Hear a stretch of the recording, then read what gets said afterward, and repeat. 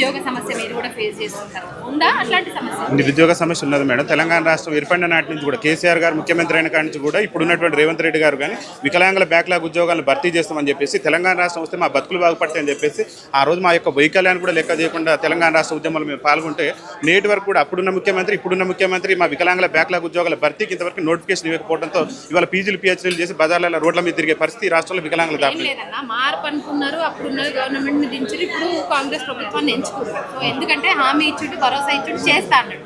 చేస్తా అన్న మాట మీద నించున్నటువంటి కాంగ్రెస్ ప్రభుత్వం, ఎస్పెషల్లీ రేవంత్ రెడ్డి మాటలను ఎట్లా చూస్తారు? రేవంత్ రెడ్డి గారు మాయ మాటలతోని పబ్బం గడుపుకునేటటువంటి ప్రయత్నం కేవలం రాజకీయ ప్రయోజనాలు, ఆయన స్వార్థం కోసం, ఆయన ముఖ్యమంత్రి కుర్చీ కోసం ప్రజాస్వామ్యాన్ని కూని చేసి మాయ మాటలు చెప్పి వికలాంగుల సమాజాన్ని మోసం చేసిండు. ఎందుకంటే మీరు ఆలోచన చేయండి, మీడియా మిత్రులందరూ కూడా అనేక బహిరంగ సభల్లో రేవంత్ రెడ్డి గారు పీసీసీ అధ్యక్షుడు ఉన్నప్పుడు మేము అధికారుల కోసం అదే నెల నుంచి పెన్షన్ 6,000 రూపాయలు చేస్తామని చెప్పారు. మరి ఇస్తున్నారా? ఇవాళ రైతు సకలాంగులకు సంబంధించి సకలాంగుల సంక్షేమానికి రేవంత్ రెడ్డి ప్రభుత్వం పెద్దపీట వేస్తుంది. వికలాంగులకు సంబంధించినటువంటి అంశాల మీద ఎక్కడైనా పెద్దపీట వేసిన సందర్భం లేదు. వికలాంగులకు ఇచ్చింది కాంగ్రెస్ పార్టీ అభయాస్త్రం ఎన్నికల మేనిఫెస్టోలో మేము అధికారులకు వస్తే ఆర్టీసీలో వికలాంగులకు ఉచిత రవాణా ఇస్తారని చెప్పారు. ఇలా మహిళలకు ఉచిత రవాణా ఇచ్చారు. ఈ రాష్ట్రంలో ఉన్నటువంటి అట్టడుగు నుండి దుర్భర జీవితాలు గడుపుతున్న మాకు ఉచిత రవాణా ఇవ్వడానికి ఊసా లెక్క పెడుతుంది ఈ రాష్ట్ర ముఖ్యమంత్రి. అంటే వికలాంగుల సమాజం పట్ల రాష్ట్ర ముఖ్యమంత్రి పూర్తి స్థాయిలో అడుగడుగున వివక్ష ప్రదర్శిస్తున్నాడు. అందుకు అనేక ఉదాహరణలు ఉన్నాయి మేడం. ఎందుకంటే వికలాంగుల హక్కుల చట్టాన్ని అమలు చేస్తానని కాంగ్రెస్ పార్టీ ఎన్నికల మేనిఫెస్టోలో పెట్టింది.